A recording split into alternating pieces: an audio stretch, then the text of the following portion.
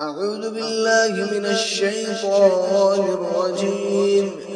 بسم الله الرحمن الرحيم. إذا الشمس كورت وإذا النجوم انكدرت وإذا الجبال سيرت وإذا العشار عطلت وإذا الوحوش حشرت وإذا البحار سجرت وإذا النفوس زوجت وإذا الموءودة سئلت بأي ذنب قتلت وإذا الصحف نشرت وإذا السماء كشطت وإذا الجحيم سعرت وإذا الجنة أزلفت علمت نفس ما أحضرت فلا أقسم بالخنس الجوار الكنس والليل إذا عسعس والصبح إذا تنفس إنه لقول رسول كريم ذي قوة عند ذي العرش مكين مطاع ثم أمين وما صاحبكم بمجنون ولقد رآه بالأفق المبين وما هو على الغيب بضنين وما هو بقول شيطان رجيم فأين تذهبون إن هو إلا ذكر للعالمين لمن شاء منكم أن يستقيم وما تشاءون إلا أن يشاء الله رب العالمين. اذا الشمس کورت، جب سورج لپیٹ کر ڈال دیا جائے گا، وَإِذَا النُّجُومُ انْكَدَرَتْ، اور جب ستارے بے نور ہو جائیں گے، گر جائیں گے، وَإِذَا الْجِبَالُ سُيِّرَتْ، اور جب پہاڑ چلا دیے جائیں گے، وَإِذَا الْعِشَارُ عُطِّلَتْ، اور جب 10 مہینے کی گابن اونٹنی کو چھوڑ دیا جائے گا، وَإِذَا الْوُحُوشُ حُشِرَتْ، اور جب وحشی جانور بھی اکٹھے کر دیے جائیں گے، وَإِذَا الْبِحَارُ سُجِّرَتْ، اور جب دریاؤں کو آگ لگا دی جائے گی، وَإِذَا النُّفُوسُ زُوِّجَتْ، اور جب جیوں کو جوڑا جوڑا یا گروہ کی شکل میں جمع کر دیا جائے گا، بانٹ دیا جائے گا، وَإِذَا الْمَوْءُودَةُ سُئِلَتْ، اور جب زندہ درگور کی گئی لڑکی کے بارے میں سوال کیا جائے گا، بِأَيِّ ذَنبٍ قُتِلَتْ، کس جرم میں اس کو قتل کیا گیا تھا، کس جرم میں اس کو قتل کیا گیا تھا، وَإِذَا الصُّحُفُ نُشِرَتْ، اور جب صحیفے کھول دیے جائیں گے،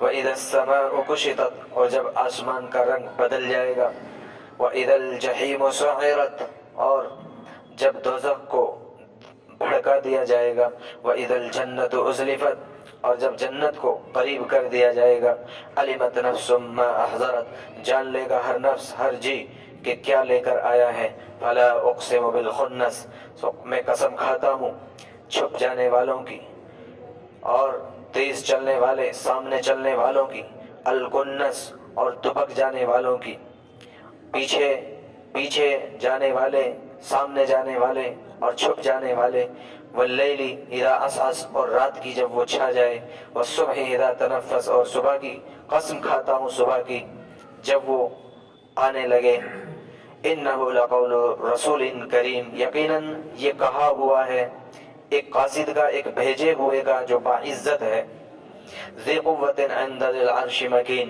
قوت والا ہے عرش والے کے نزدیک، عرش والے کے پاس، مطاع ثم امین، اس کا کہا مانا جاتا ہے، امین ہے، وما صاحبکم بمجنون، اور یہ جو تمہارا ساتھی ہے محمد صلی اللہ علیہ وسلم یہ مجنون نہیں ہے، وَلَقَدْ رَآهُ بِالْأُفُقِ الْمُبِينِ، اور یقیناً اس نے حضرت جبرائیل امین علیہ السلام کو آسمان کے کھلے کنارے پر دیکھا ہے، وما هو علی الغیب بضنین، اور یہ جو محمد الرسول اللہ صلی اللہ علیہ وسلم ہے یہ غیب کی باتوں کو بالکل بھی چھپانے والا نہیں ہے، وما هو بقول شیطان الرجیم، اور نہیں ہے یہ شیطان ملعون کا قول،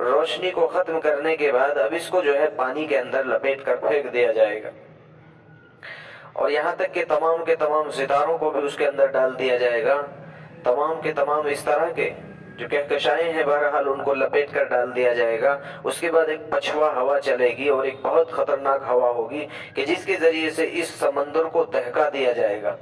سمندروں اور تمام کے تمام دریاؤں اور تمام کے تمام جو حصہ پانی کا ہے اس تمام کے تمام کے اندر آگ اٹھ پڑے گی۔ تو اس اعتبار سے ہی مراد لے لیا جائے گا کہ جہنم کے اندر پھینک دیا جائے گا، گویا کہ یہ بھی ایک جہنم ہے، یا یہ کہ بہت ممکن ہے یہی جہنم کا بھی حصہ ہو، اللہ کے علم میں ہے۔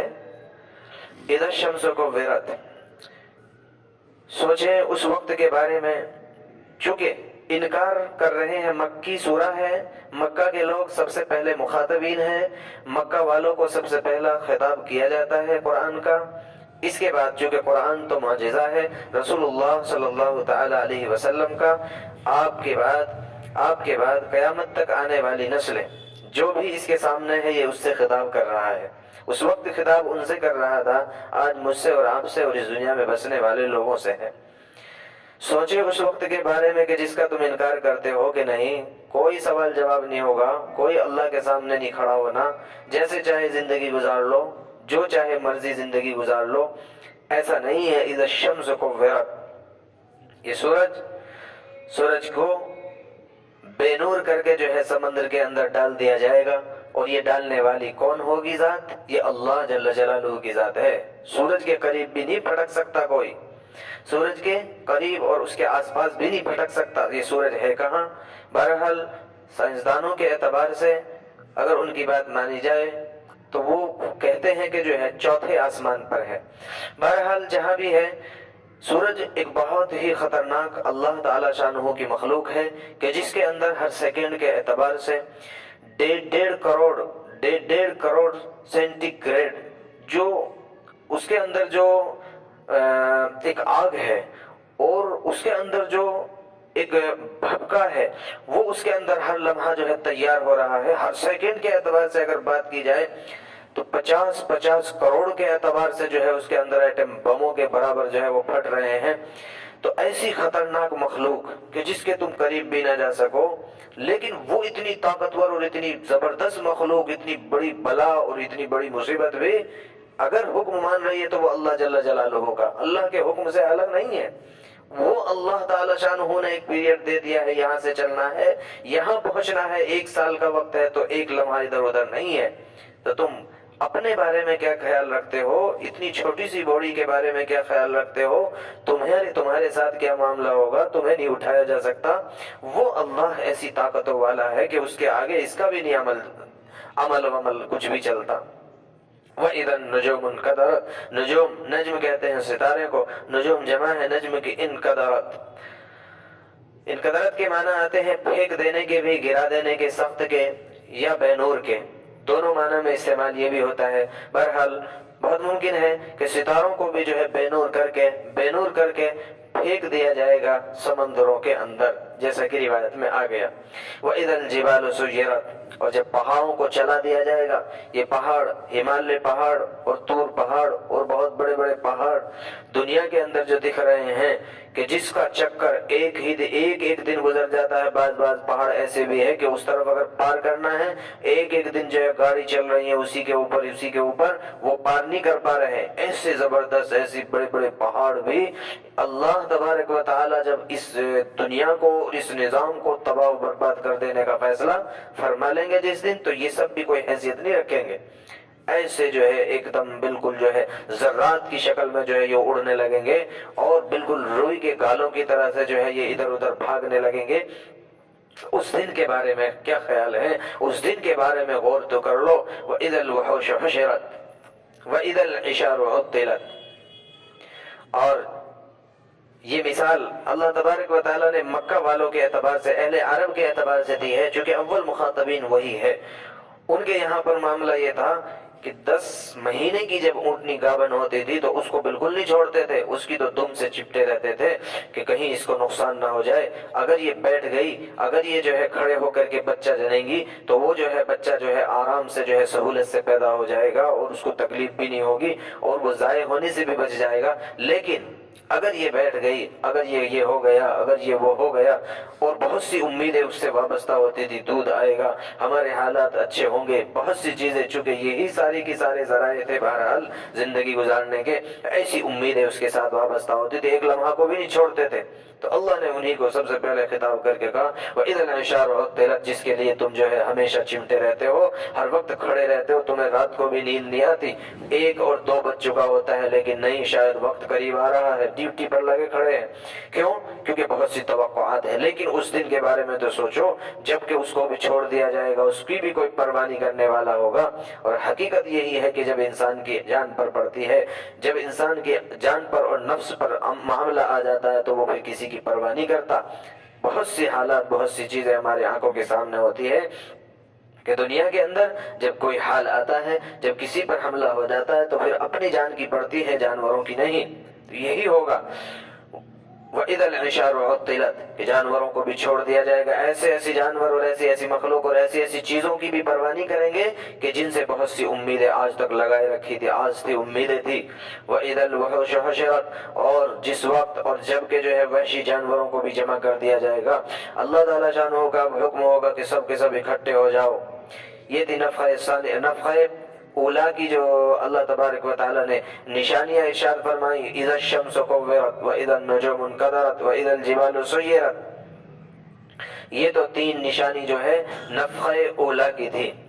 وَإِذَا النُّجُومُ انْكَدَرَتْ، نجوم واقعی یہ بھی ایک بہت اہم اور بہت بڑی طاقت ہے اللہ تبارک و تعالیٰ نے جو بنائی ہے ہمارے اعتبار سے. نجوم کے اعتبار سے جو ہے ایک شوشہ سا تھوڑا سا چھوڑا گیا تھا ابھی کچھ سالوں پہلے کہ جب سائنسدانوں نے، جب لوگوں نے جو ہے جانے والوں نے یہ بات بولی تھی کہ ایک ستارہ ہے کہ اس کا ایک ٹکڑا جو ہے بہت کمزور ہوتا جا رہا ہے اور وہ ٹوٹنے والا ہے. بہت ممکن ہے شاید بالکل صحیح بھی ہو. بہرحال انہوں نے اب جب یہ بات کہی تھی تو ساری دنیا میں ایک تہلکہ مچا ہوا تھا. ہر ملک جو ہے اپنے اعتبار سے خطرات محسوس کر رہے تھے. امریکہ جو ہے اپنے بارے میں خوف مند کہ جو ہے کہیں ہمارے اوپر نہ گر جائے، ہم برباد ہو جائیں گے. چین الگ، وہ الگ، ہر ایک. تو واقعی حقیقت بھی یہی ہے. اگر ذرا بھی جو ہے ٹوٹ کر، اللہ کی یہ ایسی مخلوقات ہیں، ذرا بھی اگر ٹوٹ کر اس زمین پر گر جائے تو تباہ و برباد کر ڈالے. ایسی مخلوقات ہے یہ اللہ تعالیٰ شانوں کی. وَإِذَا الْعِشَارُ عُطِّلَتْ یہ نفسی کا عالم ہے کہ جس کو اللہ نے اس سے پہلے بھی ارشاد فرما دیا. وَإِذَا الْوُحُوشُ حُشِرَتْ جانور بھی جمع کر دیے جائیں گے. وَإِذَا الْبِحَارُ سُجِّرَتْ دریا جو آج پانی کی شکل میں تمہیں نظر آ رہے ہیں، سجرت، یہ سب بھی خلط ملط ہو جائیں گے. سجرت کے بھی 2 معنی استعمال ہوتے ہیں. ایک معنی میں آتا ہے کہ بھڑکانے کے معنی میں بھی اس کو استعمال کیا جاتا ہے اور خلط ملط کے معنی میں بھی استعمال ہوتا ہے. بہرحال سمندر اس اعتبار سے یا تو کہ چونکہ اس کے اندر سورج، چاند اور ستارے اور بہت سی مخلوقات کو اس میں ڈال دیا جائے گا تو آگ لگا دی جائے گی، بھڑکا دیا جائے گا. یا اس اعتبار سے سجرت وَإِذَا الْبِحَارُ سُجِّرَتْ یعنی خلط ملط اس اعتبار سے کہ تمام کے تمام جتنے بھی دریا ہیں، میٹھے پانی کے، کھارے پانی کے، کڑوے پانی کے، سب سے پہلے تو ان کو خلط ملط کر دیا جائے گا، ملا دیا جائے گا اور اس کے بعد جو ہے اس کے اندر وہ سب کی سب چیزیں ڈال دی جائے گی اور اس کو آگ بنا دیا جائے گا. وَإِذَا النُّفُوسُ زُوِّجَتْ اور سوچو اس وقت کے بارے میں جب کہ جی جمع کر دیے جائیں گے گروہ در گروہ کی شکل میں. حضرت عمر بن خطاب رضی اللہ تعالیٰ عنہ فرماتے ہیں، اللہ کے رسول صلی اللہ علیہ وسلم کا ارشاد ہے کہ کل قیامت کے دن گروہ در گروہ لوگ جو ہے جمع کر دیے جائیں گے. سب سے بڑے گروہ جن کو قرآن نے ارشاد فرمایا ہے سورۃ الواقعہ کے اندر، وہ 3 گروہ ہوں گے. ایک ہوگا السابقون الاولون، سابقون الاولون کا گروہ. دوسرا ہوگا دائیں والے اور تیسرا ہوگا شمال والے، اہل یمین اور اہل شمال. یہ 3 گروہ ہے جن میں سے 2 گروہ ہیں کہ جن کی نجات ہے. ایک تو سابقون الاولون کی نجات ہے اور دوسرے یمین، دائیں ہاتھ میں جن کے اعمال نامہ آ رہا ان کی نجات ہے. تیسرا جو یہ طبقہ ہے، بہرحال اس اعتبار سے بھی ایک تو یہ 3 گروہ بہت بڑے گروہ ہیں، اس کے اندر بھی پھر ان گروہوں کے اندر بھی جو ہے بہت سے گروہ ہوں گے۔ فرمایا حضرت عمر بن خطاب رضی اللہ تعالیٰ عنہ نے کہ ایمان والوں میں بھی بہت سے گروہ ہوں گے، ایمان کے لیول کے اعتبار سے یہ اچھے اخلاق والے لوگوں کا گروہ ہے، یہ لوگوں کے اوپر صدقہ کرنے والوں کا گروہ ہے، یہ لوگوں کی خبر گیری کرنے والوں کا گروہ ہے، یہ یتیموں کی خبر گیری کرنے والوں کا گروہ ہے، یہ اچھے اچھے کام امر بالمعروف کرنے والوں کا، نہی عن المنکر کرنے والوں کا گروہ ہے، یہ دنیا کے اندر اچھائیاں پھیلانے والوں کا، یہ برائیوں کو مٹا دینے والوں کا، اور غیر ایمان والوں میں بھی اسی طور پر یہ زانیوں کا، یہ چوروں کا، یہ ڈاکوؤں کا، یہ لوگوں کے ایمان کو چھیننے والوں کا، یہ لوگوں پر ظلم کرنے والوں کا، یہ حکومت ظالم حکومتوں کا، ہر اس اعتبار سے جو ہے بہرحال یہ گروہ در گروہ ہوں گے۔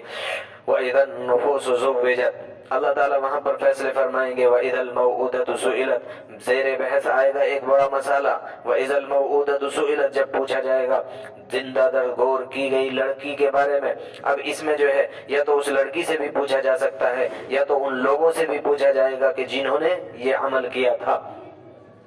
یہ عمل یقیناً اس وقت کے اعتبار سے اگر سوچا جائے اس وقت میں تو جو ہے عروج پر تھا، جبکہ امام الانبیاء حضرت محمد رسول اللہ صلی اللہ تعالیٰ علیہ وسلم اس دنیا کے اندر تشریف لائے ہیں۔